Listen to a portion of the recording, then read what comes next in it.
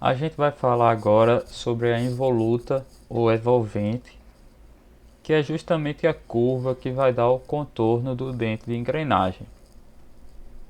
Juntamente com esse contorno, essa curva ela vai determinar várias propriedades da engrenagem e são propriedades desejáveis, né? Essa curva é nessa curva que vai se dar o contato da engrenagem. Então não poderia ser uma curva qualquer.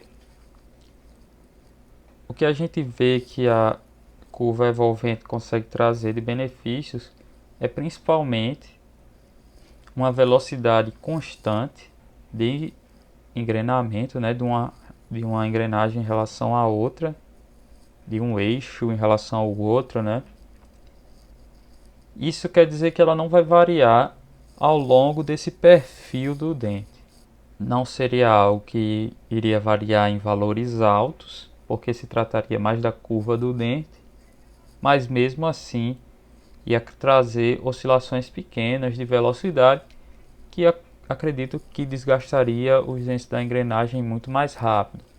Então essa curva tem essa vantagem de fazer com que a velocidade fique sempre constante. E também ela consegue manter sempre o mesmo ângulo da linha de ação, da linha de ataque. O que quer dizer que as forças do contato elas vão estar sempre no mesmo ângulo, na mesma linha, na mesma reta.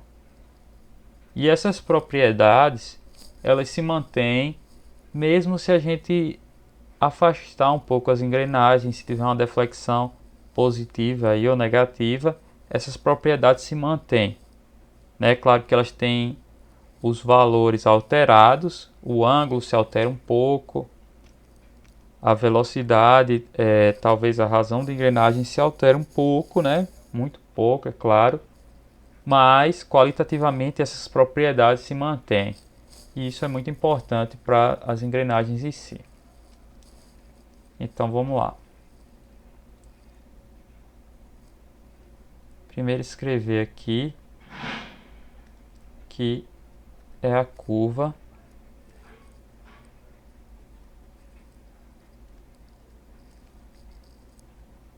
que dá o contorno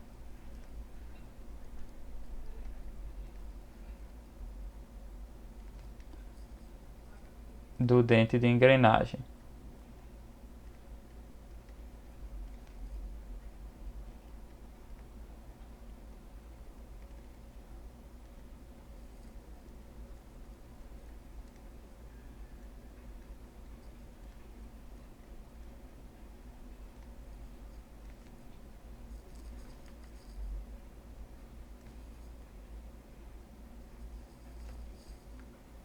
E a outra coisa é que esse termo involuta ou evolvente não é um termo genérico para designar, digamos, o contorno de um dente de engrenagem, mas sim ele designa uma curva matemática que corta todas as tangentes de outra curva em ângulos retos.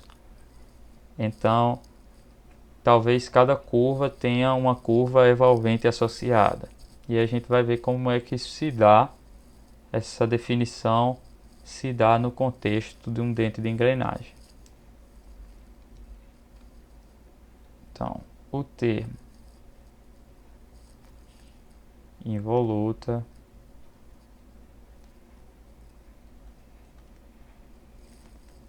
ou evolvente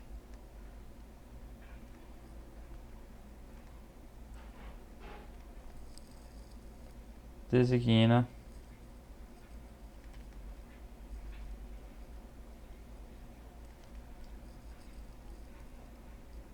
uma curva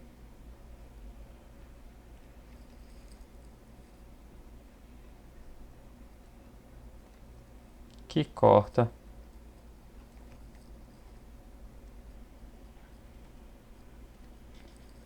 todas as tangentes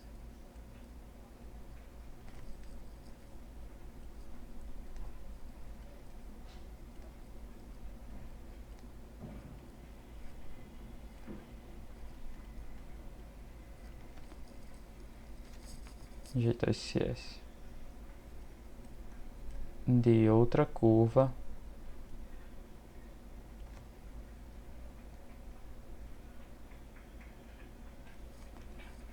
em ângulos retos.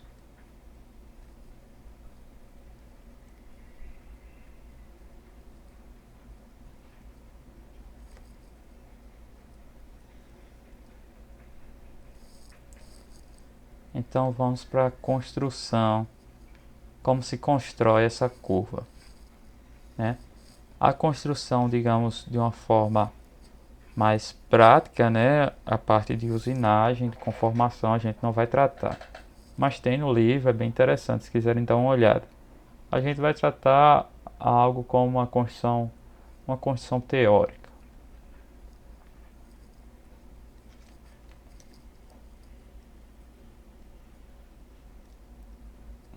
Construção. E vocês vão ver que para chegar nesse perfil, nesse formato, não é nada de outro mundo, é na verdade bem simples. Deixa eu ver se eu consigo ajeitar para caber nessa página tudo.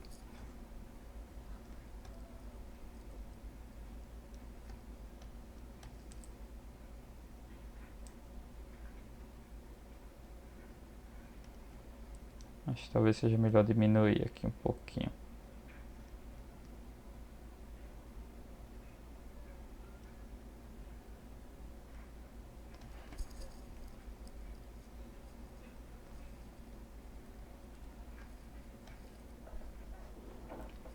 Então, imagina que esse ponto aqui, essa reta aqui de D até E é na verdade uma corda que a gente está desenrolando essa corda. Então essa corda, por exemplo, começaria assim e a gente vai desenrolando essa corda, sempre esticada. Então perceba que se eu pegar um ponto intermediário dessa corda, como é esse ponto B aqui entre D e E, à medida que eu desenrolo essa corda totalmente esticada, sempre esticada, esse ponto B ele vai traçar essa trajetória aqui. E essa trajetória é por si já uma trajetória de evolvente, né? Então ela já vai dar o contorno de um dente de engrenagem. Então deixa eu escrever isso aqui. Eu vou mostrar uns vídeos no final, umas animações que eu acho que vai dar para entender melhor.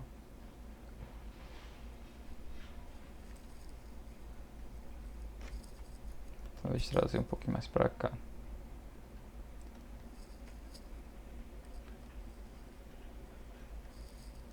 Uma corda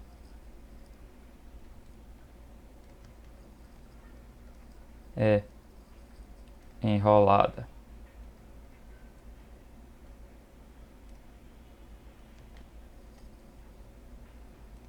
em um cilindro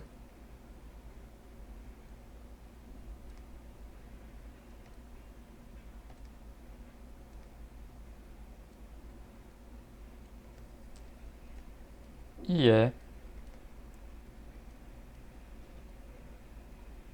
desenrolada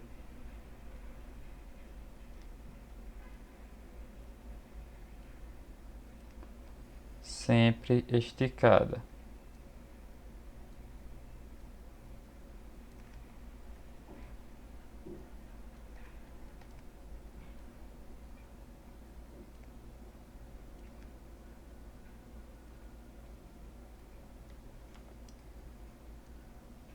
Um ponto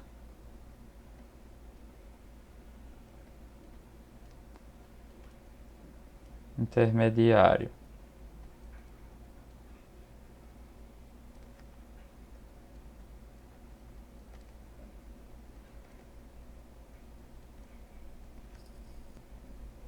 B na corda, traça uma curva envolvente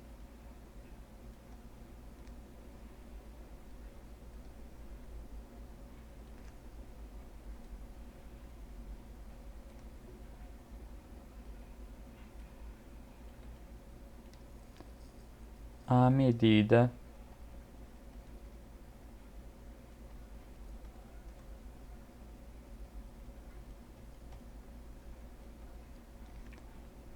em que a corda é desenrolada.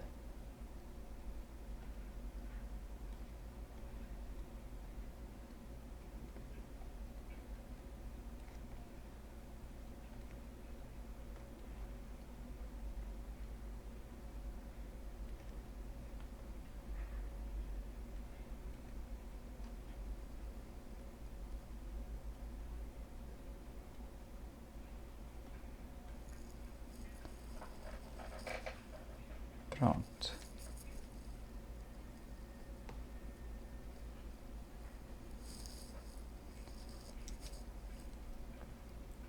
E aí o que é que acontece?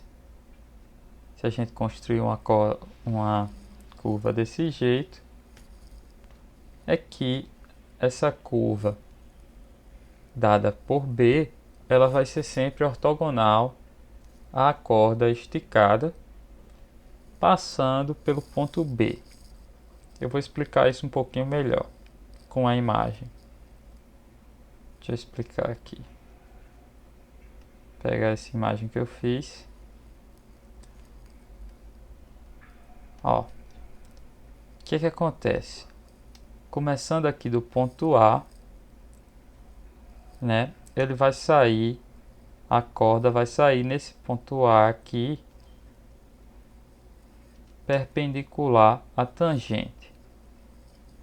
E à medida que eu vou pegando outras tangentes aqui, subindo no círculo, eu percebo que a trajetória dessa corda do ponto B, ela vai estar sempre perpendicular às tangentes do círculo, a uma tangente e outra que for passando. Por quê? Porque esse ponto B, ele pertencia a uma dessas tangentes, né? À medida que a gente vai tirando essa corda sempre esticada. A curva AC, né?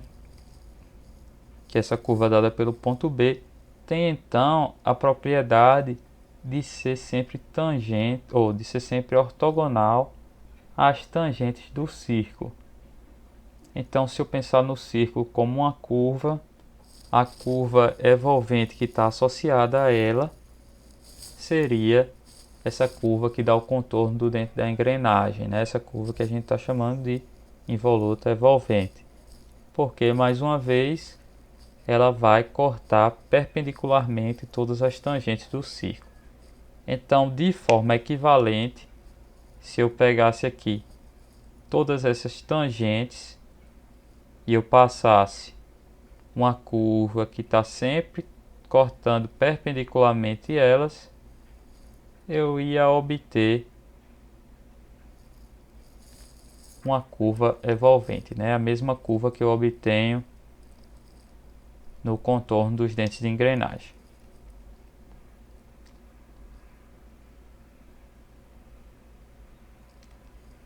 Então vamos lá, continuar. Afastar aqui um pouquinho só.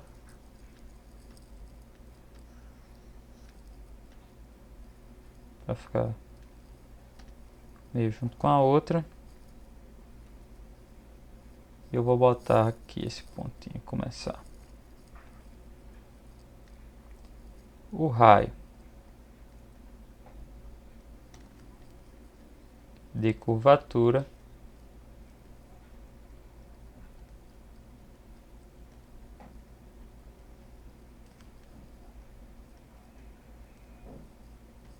da involuta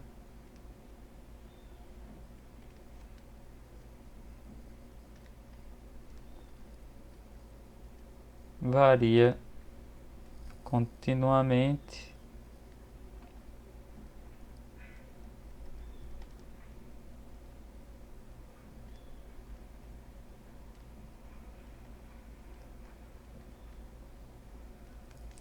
sendo 0.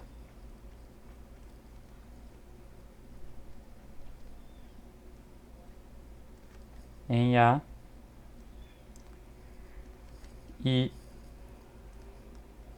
máximo em C. É claro que quando a gente está traçando essa curva, a gente não vai estender essa curva infinitamente, né? A gente vai até só onde a gente quer que seja a altura do dente. Vamos supor que eu quero que minha altura do dente seja aqui. Então aqui já cortaria essa curva e viria ao topo do dente. Para dar o contorno do outro lado do dente, a gente faz o mesmo processo, né? Só que eu estaria tirando uma corda pelo outro lado.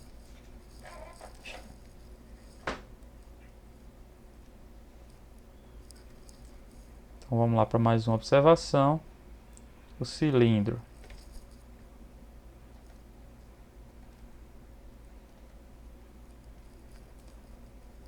sobre o qual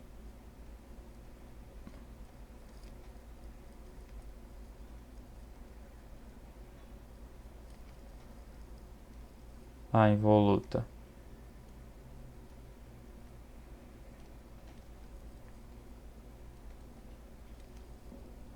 é gerada,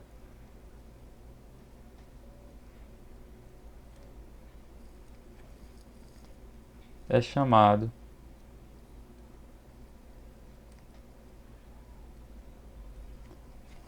de círculo de base.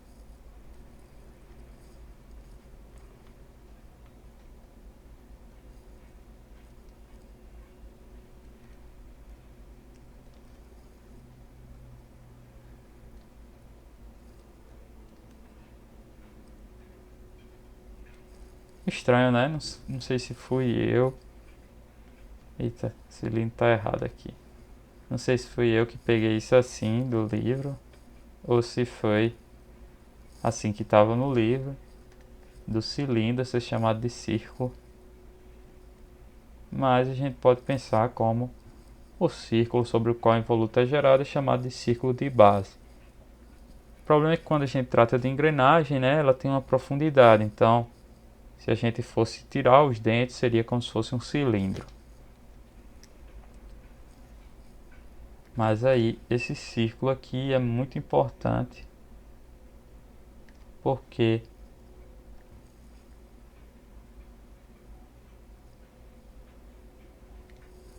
esse círculo de base é muito importante porque ele termina sendo o círculo que eu realmente tomo como base para gerar o perfil do dente.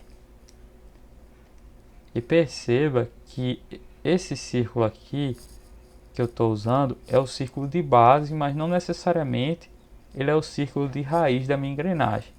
Então pode ser que minha engrenagem tenha um círculo de raiz aqui menor. Em geral, acredito que ele vai ser menor. Beleza? E aí, o que é que a gente faz?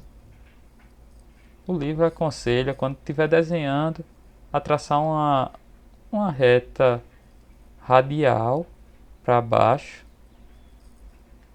né? Mas o que tiver abaixo aqui do círculo de base vai terminar sendo definido pela ferramenta que eu vou usar para gerar esse dente. Beleza, pessoal? E tem outra característica importante. Se o meu contato se der abaixo do círculo de base, lembrando que ele não é o menor círculo da engrenagem, né? Eu teria um círculo de raiz que pega realmente na raiz do dente. O dente pode ir abaixo desse círculo de base. Mas se o meu contato se dá abaixo desse círculo de base, ele está pegando numa região em que eu não tenho a minha envolvente, não tenho a minha envolta. Então não consigo garantir todas essas propriedades benéficas. E aí a gente chama esse processo, quando isso acontece, de interferência. Se diz que está tendo uma interferência entre as duas engrenagens. não necessariamente significa que as engrenagens estão travadas de alguma forma, porque a interferência tem uma associação forte com, né, quando a gente tem um encaixe que, por exemplo, um eixo é maior do que o furo que vai acomodar ele. Isso se chama um encaixe por interferência. Acredito que vocês já viram isso, talvez nas disciplinas de materiais por aí. Mas não é esse o caso. Ele só significa que o contato dos dentes está se dando numa região em que a curva envolvente não é bem definida, então eu não consigo garantir as propriedades desse engrenamento. Então, o cilindro sobre o qual a involuta é gerada é chamado de círculo de base, e é uma propriedade intrínseca de uma engrenagem. E é uma propriedade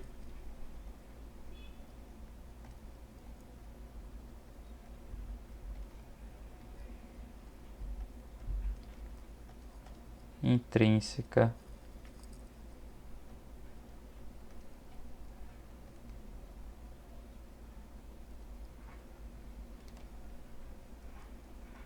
de uma engrenagem.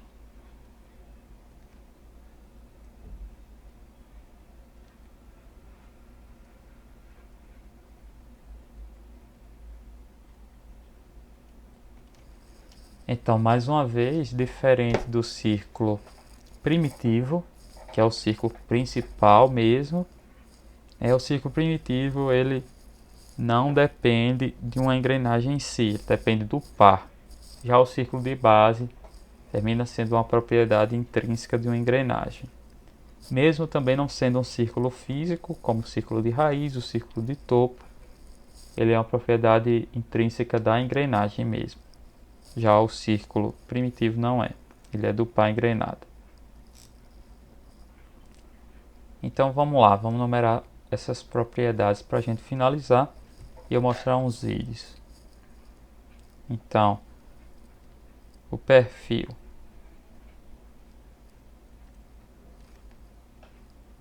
de revolvente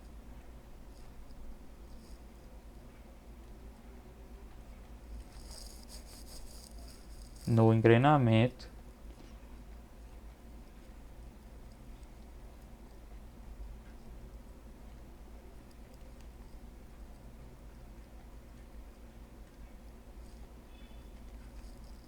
possui as seguintes propriedades.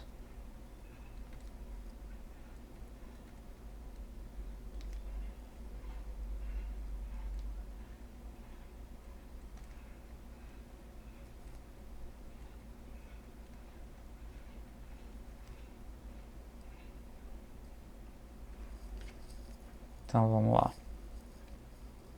Primeira, ela mantém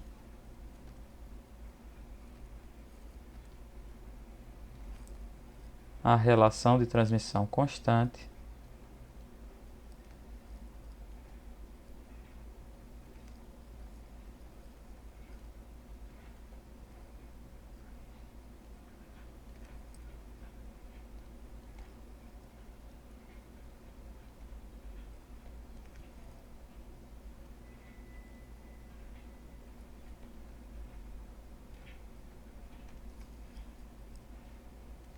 outra, o ângulo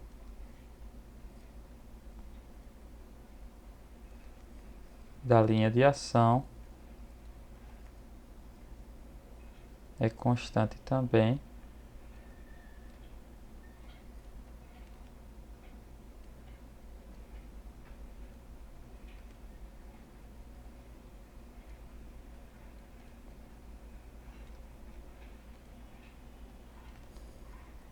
Isso aqui também é chamado de linha de pressão. Acho que eu comentei linha de ataque. Não sei nem se esse termo existe. Eu sei que o termo linha de pressão existe.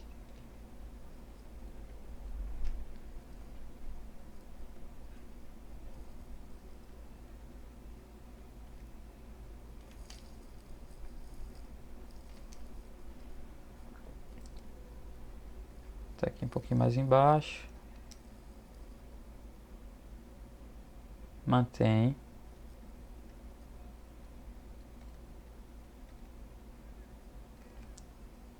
As propriedades, que são essas duas aí, né?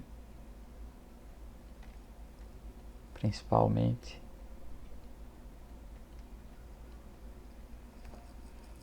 Mesmo.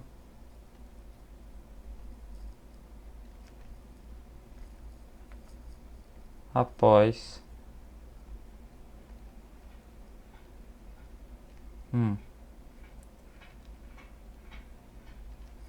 Afastamento.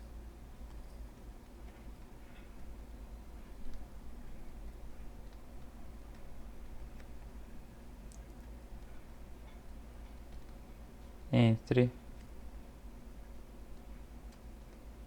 os eixos das engrenagens. Os eixos das engrenagens.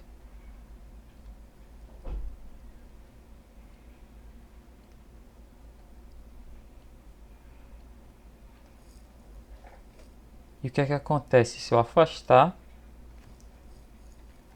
Colocar de verde.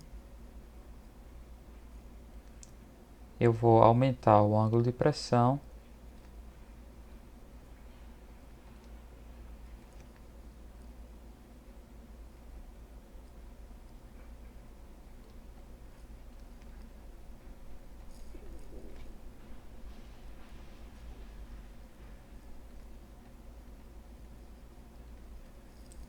E vou diminuir a razão de contato.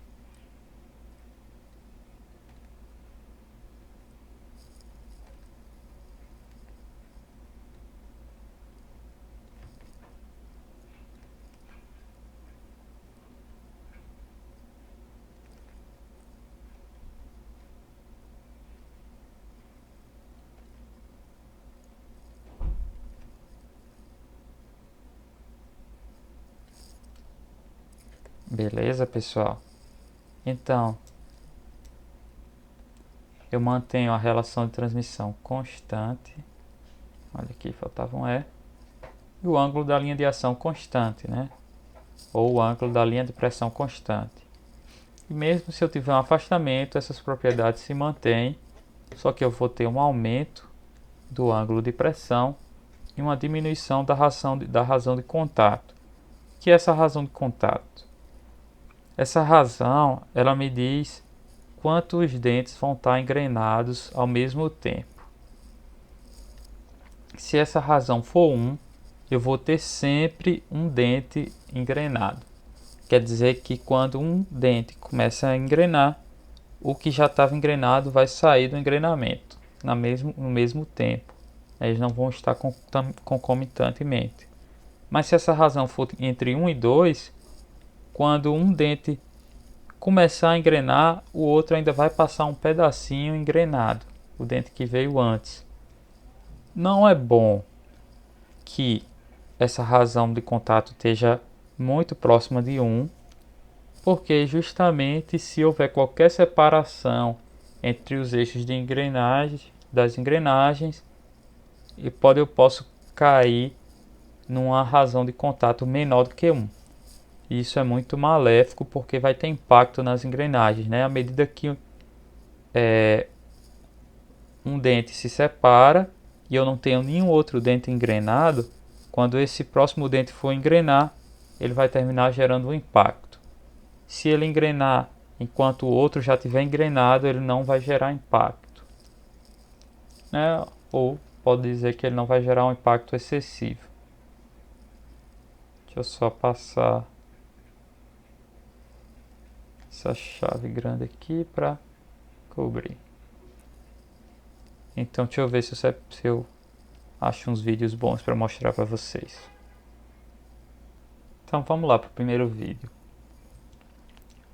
Percebam aí justamente o que eu expliquei da corda esticada, né? E sendo desenrolada. Essa curva que está se tratando é uma curva de evolvente. Essa curva que está sendo gerada aí.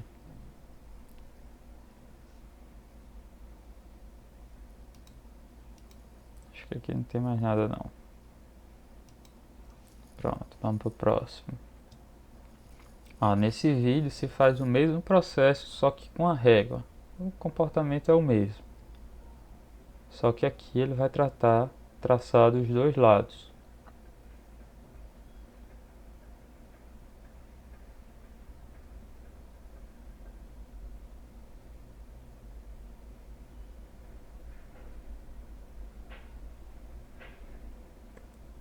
E aí ele chanfra, né? Ele corta aqui no topo e depois faz essa parte abaixo. Percebam aqui que eu tenho o meu círculo de base que está aqui em preto, né? Mas o meu círculo de raiz é aqui abaixo. Então, se eu tiver um contato que seja abaixo dessa linha de preta, eu vou estar tendo o fenômeno da interferência.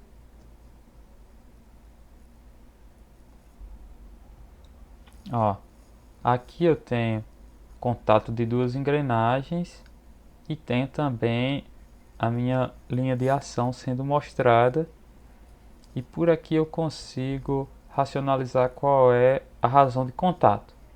Percebam que tem momentos que ficam dois dentes encostados e tem momentos que fica só um dente, né? Então essa minha razão vai estar entre 1 e 2. Acho que aqui é algo em torno de 1,5. Porque 50% do tempo está com 2, 50% do tempo está com 1. Mas percebam também que nesse engrenamento, né, no engrenamento usando a envolvente, essa linha de ação, esse ângulo dela se mantém sempre constante. Mesmo que eu tenha mais de um dente engrenado, a força se dá pela mesma linha, nos dois dentes que estão engrenados, por exemplo. Beleza? Nesse outro vídeo, ele vai mostrar o que acontece quando a gente separa as engrenagens. Então, nesse caso, dá para perceber facilmente que esse meu ângulo essa minha linha de ação, minha linha de pressão, ela diminui, o ângulo dela muda, né? Aumenta no caso, e a razão de contato diminuiu aí drasticamente, né? Então eu passava de uma razão que estava entre 1 e 2 para uma razão que está bem menor do que 1. E aí esse é o caso da razão pequena que eu comentei, né? Vai ter momentos que eu não vou ter nenhum dente em contato.